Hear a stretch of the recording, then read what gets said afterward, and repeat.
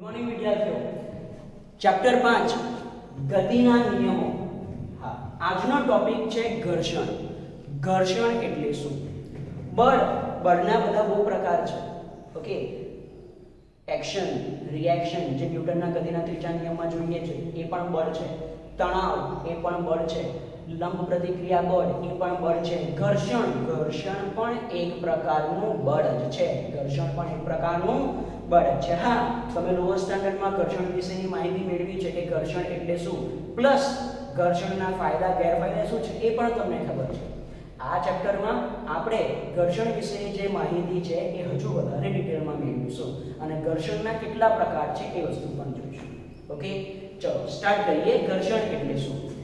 જ્યારે પણ કોઈ પદાર્થો એકબીજાના સંપર્કમાં હોય ને, કોઈ બે પદાર્થો એકબીજાના સંપર્કમાં, ત્યારે બંને પદાર્થો એકબીજા પર સંપર્ક બળો લગાડે છે અને આ જે સંપર્ક બળો છે ન્યૂટનના ગતિના ત્રીજા નિયમનું પાલન કરે છે. એટલે જ્યારે પદાર્થ સંપર્કમાં હોય, જ્યારે બે પદાર્થ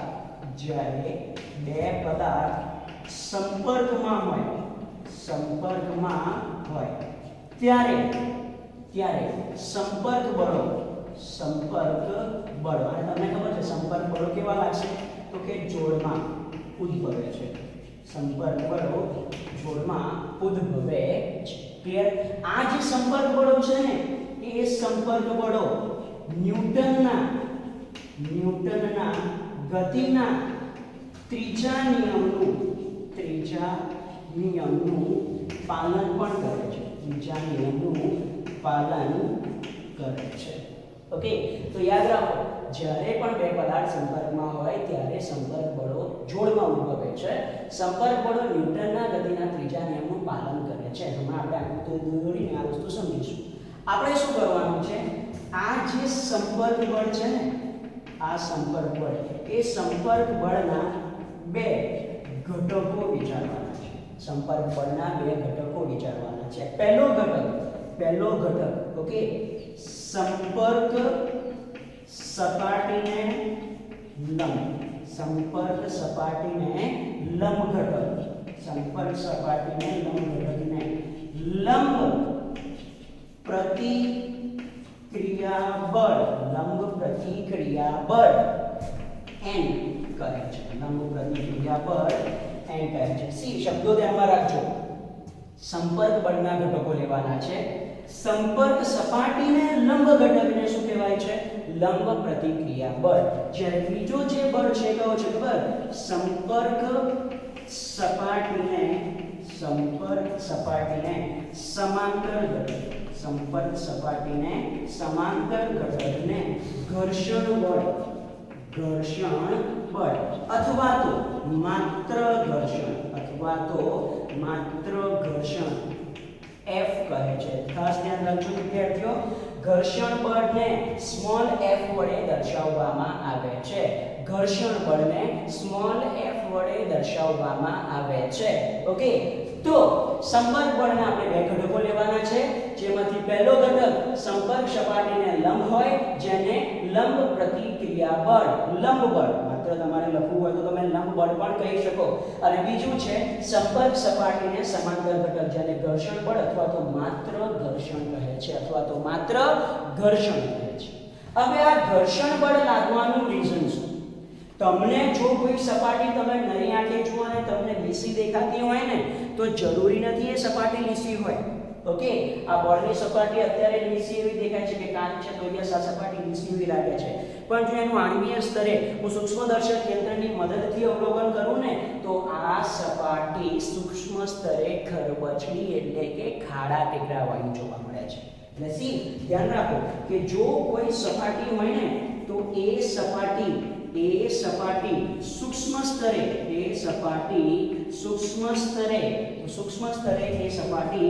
ખાડા ટેકરાવાળી જોવા મળે છે. મીન્સ આ રીતે, દાખલા તરીકે આ સપાટી આ રીતે જોવા મળે છે. ખબર પડી? ખાડા ટેકરાના સ્વરૂપે.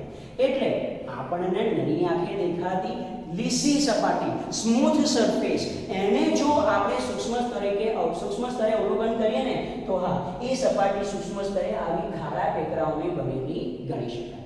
હવે જ્યારે બે પદાર્થો એકબીજાના સંપર્કમાં આવે ત્યારે, દાખલા તરીકે બે પદાર્થ છે, એક પદાર્થ છે A, ઓકે, આ એની સપાટી છે ખારા ટેકરાવાળી, ઓકે. જ્યારે બીજો પદાર્થ છે B, જ્યારે એક પદાર્થ બીજા પદાર્થના સંપર્કમાં આવે ને ત્યારે એક પદાર્થના ખાડા બીજા પદાર્થના ટેકરા ભાગમાં આવે છે. એટલે થાય શું, જો હું આકૃતિ દોરું ને તો આ રીતે થશે કે આ પદાર્થ B છે અને એ પદાર્થ B એના જે ખાડા ટેકરા છે એ બંને એકબીજામાં શું થાય છે, ભરાઈ જાય છે. એકબીજામાં શું થાય છે, ભરાઈ જાય છે. ખબર પડી? એટલે થાય શું કે જ્યારે બે પદાર્થો સંપર્કમાં હોય ને, જ્યારે બે પદાર્થો સંપર્કમાં હોય, બે પદાર્થો સંપર્કમાં હોય ત્યારે આવા એક પદાર્થના ખાડા ટેકરા બીજા પદાર્થના ખાડા ટેકરામાં ભરાઈ જાય છે. ભરાઈ જાય છે એનો મતલબ શું થશે ખબર? ગતિનો વિરોધ થશે. ભરાઈ જાય છે એનો મતલબ શું થશે? ગતિનો વિરોધ થાય છે. એને કહેવાય કે બંને વચ્ચેનું કોલ્ડ વેલ્ડિંગ. કે બે પદાર્થો સંપર્કમાં હોય ત્યારે બંને વચ્ચે કોલ્ડ વેલ્ડિંગ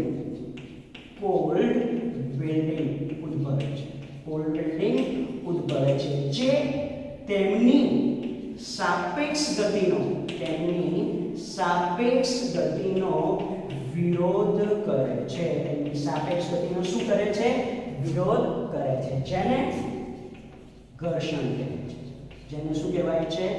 ઘર્ષણ કહે છે. તો ખાસ ધ્યાન રાખજો વિદ્યાર્થીઓ, જ્યારે પણ કોઈ બે પદાર્થ એકબીજાના સંપર્કમાં હોય ત્યારે આવા સૂક્ષ્મ સ્તરે રહેલા ખાડા ટેકરાઓ બીજા પદાર્થના ખાડા ટેકરાઓમાં એ રીતે ભરાઈ જાય છે કે એમની વચ્ચે કોલ્ડ વેલ્ડિંગ થાય છે અને કોલ્ડ વેલ્ડિંગ થવાના લીધે તેમની વચ્ચેની ગતિનો વિરોધ થાય છે અને એ જ કહેવાય છે ઘર્ષણ. એ ઘર્ષણ શું કરશે? ગતિનો વિરોધ કરે છે. આ વસ્તુ ક્લિયર? તો ફરીથી, કોઈ પણ પદાર્થો જ્યારે સંપર્કમાં હોય ત્યારે સંપર્ક બળ લાગે છે. એ સંપર્ક બળના બે ઘટકો લેવાના. સંપર્ક સપાટીને લંબ ઘટક એને કહેવાશે લંબ પ્રતિક્રિયા બળ. સંપર્ક સપાટીને સમાંતર ઘટક એને કહેવાય છે ઘર્ષણ બળ અથવા તો ઘર્ષણ.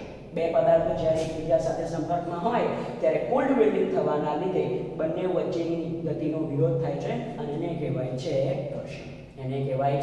ઘર્ષણ. ઓકે, હવે ઘર્ષણના પ્રકાર છે: સ્થિર ઘર્ષણ, ગતિક ઘર્ષણ અને રોલિંગ ઘર્ષણ. તો પહેલા આપણે જોઈએ સ્થિર ઘર્ષણ એટલે શું. સ્થિર ઘર્ષણ FS. સ્થિર ઘર્ષણ ક્લિયર? આના માટે હું એક સિચ્યુએશન વિચારું છું. કેવી સિચ્યુએશન? કે દાખલા તરીકે m દળનો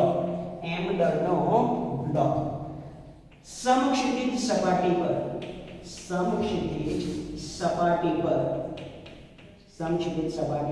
સ્થિર રહેલો છે. હવે સ્થિર રહેલો છે એનો મતલબ શું? સ્થિર છે, યાદ કરો, કણોના સંતુલન એમાં સ્થિર અવસ્થા અને અચળ વેગી અવસ્થા બંનેને શું કહેવાય? સંતુલન અવસ્થા. તો માટે m દળનો બ્લોક સમક્ષિતિજ સપાટી પર સ્થિર રહેલો છે. સ્થિર રહેલો છે એનો મતલબ કે એ સંતુલનમાં છે. અને સંતુલનમાં છે એનો મતલબ શું? કે એના પર લાગતા કુલ બળોનું પરિણામી બળ કેટલું થાય? 0. એના પર લાગતા બળોનું પરિણામી બળ કેટલું થાય? 0. આ વસ્તુ ક્લિયર? તો જો સ્થિર ઘર્ષણમાં આપણે એક સિચ્યુએશન વિચારીએ છીએ. m દળનો બ્લોક સમક્ષિતિજ સપાટી પર સ્થિર રહેલો છે. એટલે કે સંતુલન સ્થિતિમાં છે. તો જો શું થશે? અહીંયા આ છે સમક્ષિતિજ સપાટી. આ સમક્ષિતિજ સપાટી પર આ રીતે મેં એક બ્લોક મૂકેલો છે જેનું દળ છે m. જો બે પદાર્થો થયા. હવે આ બે પદાર્થો એકબીજાના સંપર્કમાં છે એટલે એની વચ્ચે આંતરક્રિયા થશે. આંતરક્રિયાના લીધે સંપર્ક બળો ઉદ્ભવશે. કેવા સંપર્ક બળો ઉદ્ભવશે? ખાસ ધ્યાન રાખજો. બ્લોકનું દળ છે m. જો કોઈ પણ પદાર્થ દળ ધરાવતો હોય અને પૃથ્વીના ગુરુત્વાકર્ષી ક્ષેત્રમાં હોય તો હંમેશા એના પર પૃથ્વીનું ગુરુત્વાકર્ષણ બળ લાગે છે, જેને આપણે વજન બળ કહીએ છીએ. અને આ પૃથ્વીનું ગુરુત્વાકર્ષણ બળ ઓલવેઝ પૃથ્વીના કેન્દ્ર તરફ હોય. અને જો મારે આકૃતિમાં દોરવું હોય ને તો પૃથ્વીના કેન્દ્ર તરફ એટલે કે નીચે તરફ, અધો દિશામાં. કઈ દિશામાં હશે? અધો દિશામાં. તો આ ખાસ યાદ રાખજો, કોઈ પણ પદાર્થનું વજન બળ હંમેશા અધો દિશામાં હશે, અધો દિશામાં હશે. આ વસ્તુ ક્લિયર? તો પહેલું આ જે બ્લોક છે એનું જે વજન બળ છે mg એ અધો દિશામાં આ રીતે લાગશે. ક્લિયર? હવે આ બ્લોક આ સમક્ષિતિજ સપાટી પર રાખેલો છે, માટે આ બ્લોક mg જેટલું બળ આ સપાટી પર લગાડશે. યાદ કરો, ન્યૂટનની ગતિનો ત્રીજો નિયમ, બળો હંમેશા જોડમાં ઉદ્ભવે છે. મેં અહીંયા લખ્યું પણ છે, જ્યારે બે પદાર્થો સંપર્કમાં હોય ત્યારે સંપર્ક બળો જોડમાં ઉદ્ભવે છે. માટે જો આ બ્લોક આ સપાટી પર mg જેટલું બળ નીચે તરફ લગાડતું હોય તો એટલું જ બળ સપાટી બ્લોક પર ઉપર તરફ લગાડશે. આ વસ્તુ ક્લિયર? આ વસ્તુ ક્લિયર? અને જો આ છે સંપર્ક સપાટી, આ છે સંપર્ક સપાટી. સંપર્ક સપાટીને લંબ જે ઘટક છે એને શું કહેવાય છે? લંબ પ્રતિક્રિયા બળ. આ સંપર્ક સપાટીને જે લંબ બળ લાગશે એને શું કહેવાશે? આ લંબ બળ, લંબ પ્રતિક્રિયા બળ, લંબ પ્રતિક્રિયા બળ. એને ખબર પડી? ખબર પડી? તો આ પહેલી વસ્તુ, સંપર્ક સપાટી આ છે, આ લંબ બળ એને ખબર પડી. તો જ્યારે કોઈ પદાર્થ સમક્ષિતિજ સપાટી પર સ્થિર રહેલો હોય તો તમારે આ બે બળો તો પહેલા દર્શાવવાના. mg ઓલવેઝ કઈ દિશામાં લાગશે? નીચે તરફ. લંબ પ્રતિક્રિયા બળ ઓલવેઝ કઈ રીતે લાગશે? સંપર્ક સપાટીને લંબ, સંપર્ક સપાટીને લંબ. હવે પદાર્થ સ્થિર છે એનો મતલબ કે સંતુલનમાં છે. એનો મતલબ શું? સંતુલનમાં છે એનો મતલબ સંતુલનમાં છે, માટે mg શું થઈ જશે? n. માટે mg શું થઈ જશે? n. કોઈને થશે કેમનું? યાદ કરો, જ્યારે કોઈ પદાર્થ પર બે બળો લાગતા હોય ત્યારે એ પદાર્થના સંતુલનમાં રહેવા માટેની શરત કઈ? બે બળોના મૂલ્યો સમાન હોવા જોઈએ અને એમની દિશા પરસ્પર વિરુદ્ધ. આકૃતિ પરથી ક્લિયર જ છે, mg અને n વિરુદ્ધ દિશામાં છે, તો બંનેના મૂલ્યો કેવા હોવા જોઈએ? સમાન. બંનેના મૂલ્યો કેવા હોવા જોઈએ? સમાન. ખબર પડી? ફરીથી યાદ કરાવો, જો કોઈ પદાર્થ બે બળની અસર હેઠળ હોય અને એ સંતુલનમાં હોય એનો મતલબ એ બે બળોના મૂલ્યો સમાન હોવા જોઈએ અને દિશા પરસ્પર વિરુદ્ધ હોવી જોઈએ. દિશા પરસ્પર વિરુદ્ધ છે તો બંનેના મૂલ્યો કેવા હોવા જોઈએ? સમાન. આનો મતલબ શું ખબર? mg અને n એકબીજાને સમતોલે છે. mg અને n એકબીજાને સમતોલે છે. એનો મતલબ કે શું ખબર? બંનેનું પરિણામી કેટલું થાય? 0. બંનેનું પરિણામી કેટલું થાય? 0. એટલે mg ની ઇફેક્ટ એને કેન્સલ કરી નાખી. બંનેનું બળ કેટલું થઈ ગયું? પરિણામી બળ 0. આ બંનેનું પરિણામી બળ કેટલું થઈ ગયું? 0. આ બંનેનું પરિણામી બળ કેટલું થઈ ગયું? 0. હવે આવા સંજોગોમાં જો હું આ બ્લોક પર આ દિશામાં કેપિટલ F જેટલું બાહ્ય બળ લાગુ પાડું. શું લાગુ પાડું છું? બાહ્ય બળ લાગુ પાડું છું સમક્ષિતિજ દિશામાં. ઓકે, કે જો બ્લોક પર F બાહ્ય બળ લગાડવામાં આવે, ઓકે, અને બ્લોક ખસતો નથી. જો આ બ્લોક પર F જેટલું બાહ્ય બળ લગાડવામાં આવે અને આ બ્લોક ખસતો નથી તો એનું મીનિંગ શું? એનો મીનિંગ એવો કે એ બ્લોક પર વિરુદ્ધ દિશામાં એ બાહ્ય બળને સમતોલે એવું કોઈક બળ હોવું જોઈએ. ના હોય તો ના હોય તો ખબર છે, જો કોઈ પદાર્થ પર એક જ બળ લાગતું હોય તો એ બળની અસર હેઠળ પદાર્થ એ જેટલા પ્રવેગથી ગતિ કરે છે. એટલે જો આ બ્લોક પર માત્ર F જેટલું બાહ્ય બળ લાગતું હોત ને, માત્ર F જેટલું બાહ્ય બળ લાગતું હોત ને, તો એ શું કરત? પ્રવેગી ગતિ. એ શું કરત? પ્રવેગી ગતિ. અને પ્રવેગ કેટલો થાત? A = F/m. પરંતુ હું શું કહું છું કે જો બ્લોક પર F બાહ્ય બળ લગાડવામાં આવે અને બ્લોક ખસે નહીં, બ્લોક ખસે નહીં, તો એનો મતલબ શું? એનો મતલબ કે આ બાહ્ય બળને સમતોલે એટલો જ વિરુદ્ધ દિશામાં કોઈક બળ અસ્તિત્વ ધરાવતું હોય.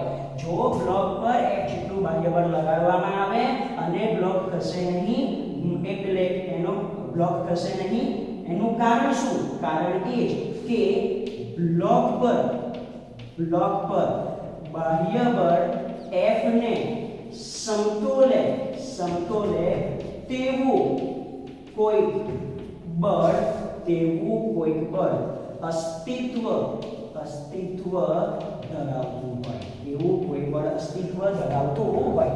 આ F ને સમતોલે એનો મતલબ કે એવું કોઈક બળ વિરુદ્ધ દિશામાં હોય, એવું કોઈક બળ વિરુદ્ધ દિશામાં હોય જે આ બાહ્ય બળને સમતોલે, એટલે કે એ બંનેનું પરિણામી બળ કેટલું થઈ જાય? 0. પરિણામી બળ 0 થઈ જાય એનો મતલબ કે શામાં હોય? સંતુલનમાં હોય. અને સંતુલનમાં હોય એનો મતલબ એ પદાર્થ કેવો રહે? સ્થિર રહે. ખબર પડે છે? ફરી એકવાર કહું, જો બ્લોક પર F જેટલું બાહ્ય બળ લાગુ પાડવામાં આવે અને બ્લોક ખસે નહીં, એનો મતલબ કે બ્લોક પર બાહ્ય બળ F ને સમતોલે એવું કોઈક બળ અસ્તિત્વ ધરાવતું હોય વિરુદ્ધ દિશામાં. કઈ દિશામાં? વિરુદ્ધ દિશામાં. ખબર પડી આ વસ્તુ ખબર પડી કે જેથી બ્લોક પર લાગતું પરિણામી બળ 0 થાય અને બ્લોક સ્થિર રહે. ખબર પડી? અને આ જે બળ છે જે પેલા બાહ્ય બળને સમતોલે છે, જો આ બળ ધ્યાનથી જુઓ, આ સંપર્ક સપાટી છે, આ જે બળ છે એ સંપર્ક સપાટીને સમાંતર છે. અને સંપર્ક સપાટીને જે સમાંતર બળ હોય એને શું કહેવાય? ઘર્ષણ બળ. અને હા, એ ઘર્ષણ બળના અસર હેઠળ બ્લોક કેવો રહે છે? સ્થિર રહે છે. માટે સંપર્ક સપાટીને સમાંતર લાગતા આ બળને સ્થિત ઘર્ષણ કહે છે. ખબર પડી આ વસ્તુ? આ બળને કહું કહેવાશે સ્થિત ઘર્ષણ. અને એને નામ આપવામાં આવે છે Fs. ક્લિયર? ફરીથી આકૃતિ દોરો, સમજાવું. બ્લોક સમછેદિત સપાટી પર પડેલો છે. બ્લોકનું વજન બળ ઓલવેઝ અધો દિશામાં નીચેની તરફ mg. લંબ બળ હંમેશા સંપર્ક સપાટીને લંબ ઉપર તરફ. પદાર્થ સ્થિર છે એનો મતલબ કે પદાર્થ પર લાગતું પરિણામી બળ 0, તો આ બંનેની દિશા વિરુદ્ધ, બંનેના મૂલ્યો સમાન.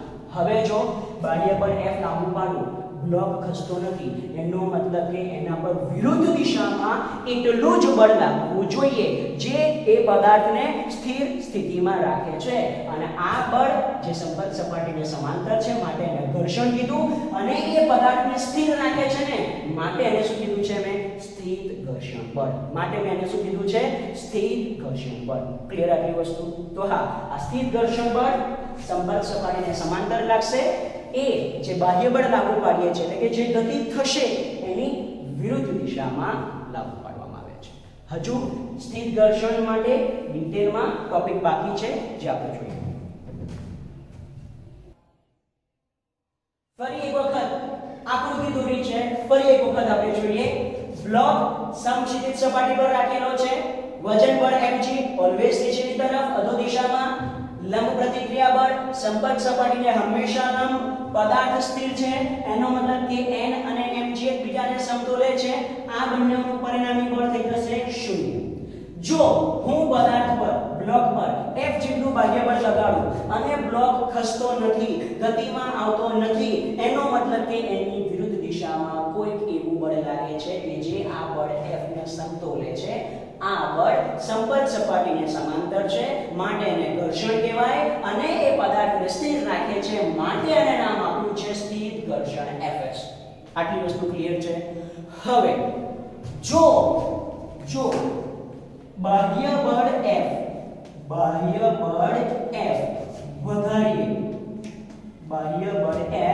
વધારીએ, કે આ બાહ્ય બળનું મૂલ્ય હું પહેલા કરતા વધારું, પહેલા 5 ન્યૂટન બળ આપતો તેની જગ્યાએ હવે 10 ન્યૂટન બળ આપું, કે બાહ્ય બળનું મૂલ્ય વધારું, છતાં બ્લોક ખસતો નથી. જો બાહ્ય બળ F વધારીએ છતાં બ્લોક ખસતો નથી, ગતિમાં આવતો નથી, તો એનો મતલબ શું?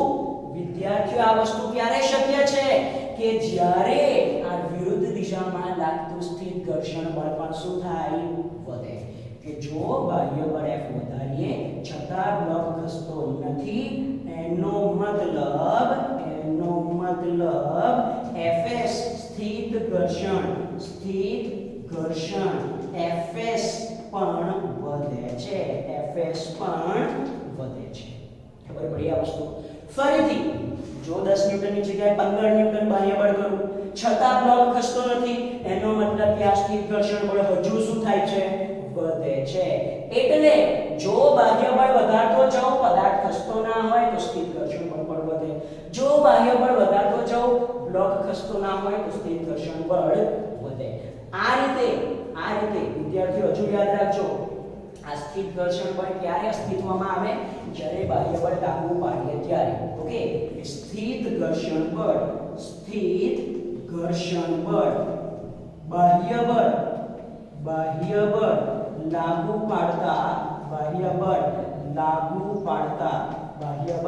પાડતા અસ્તિત્વમાં આવે છે. અને જેમ બાહ્ય બળનું મૂલ્ય વધારતા જઈએ અને બ્લોક ખસતો ના હોય તો સ્થિર ઘર્ષણ બળનું મૂલ્ય પણ વધે છે. માટે સ્થિર ઘર્ષણને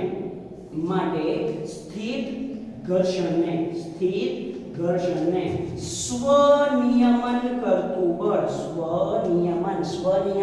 સેલ્ફ એડજસ્ટિંગ સ્વનિયમન કરતું બળ પણ કહે છે. ક્લિયર આ વસ્તુ? હવે આપણને ખબર છે કે બાહ્ય બળ વધારતો જો પદાર્થ ખસતો નથી, એનો મતલબ કે સ્થિર ઘર્ષણ બળ વધે છે. બાહ્ય બળ વધારતો જો વિદ્યાર્થીઓ કોઈક તો એવી લિમિટ આવે કે જ્યારે બાહ્ય બળ એટલું ઇનફ હોય કે પદાર્થ ગતિની શરૂઆત કરે. એનો મતલબ શું? કે આ જે F વધારતા જેમ આ ઘર્ષણ બળ વધે છે ને, એ ઘર્ષણ બળ અમુક મર્યાદા સુધી જ વધી શકે છે. કે સ્થિર ઘર્ષણ અમુક મર્યાદા સુધી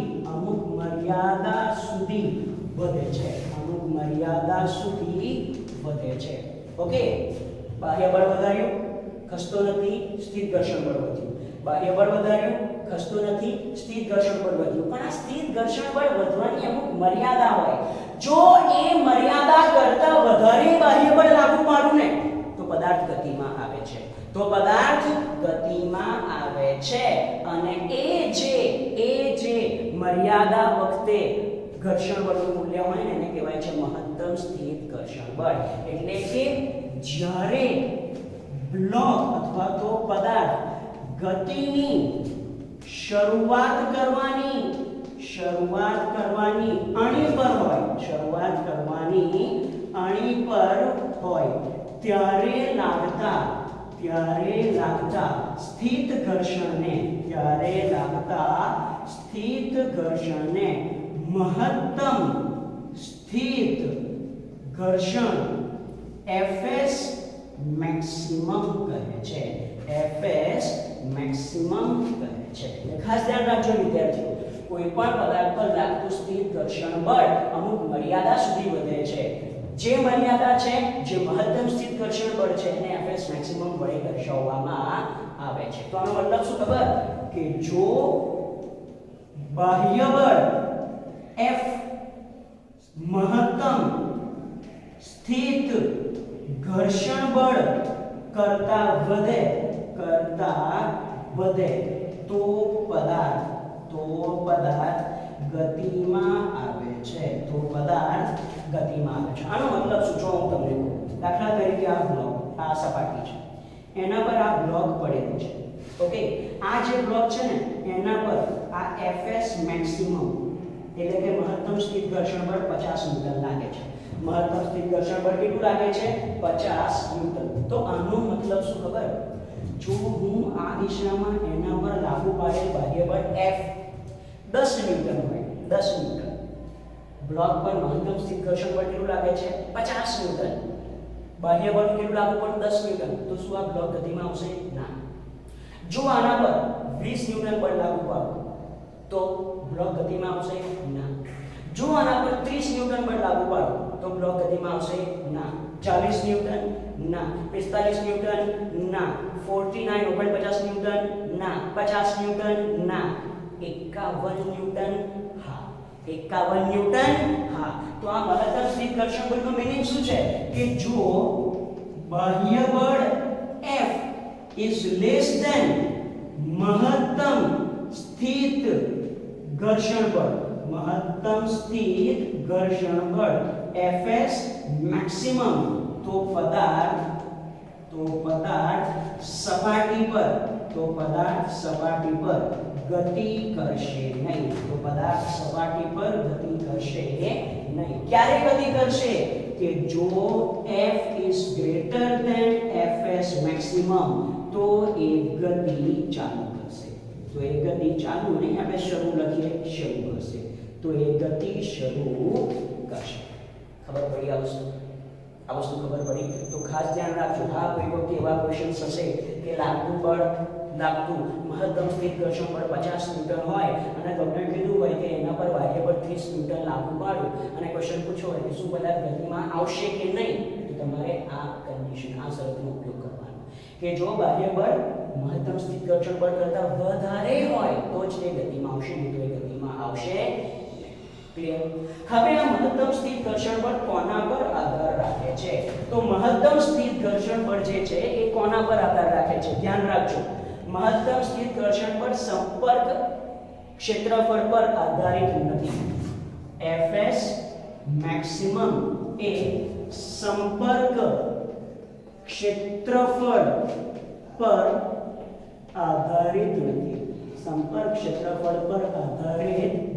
Fx maximum કોના પર આધાર રાખે છે?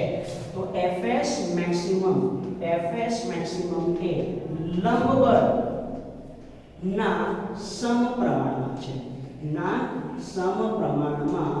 હોય છે. એ લંબ બળના સમપ્રમાણમાં હોય છે. Fs maximum એ લંબ બળના સમપ્રમાણમાં હોય છે. આ રીતે લખાય છે Fs maximum is proportional to n.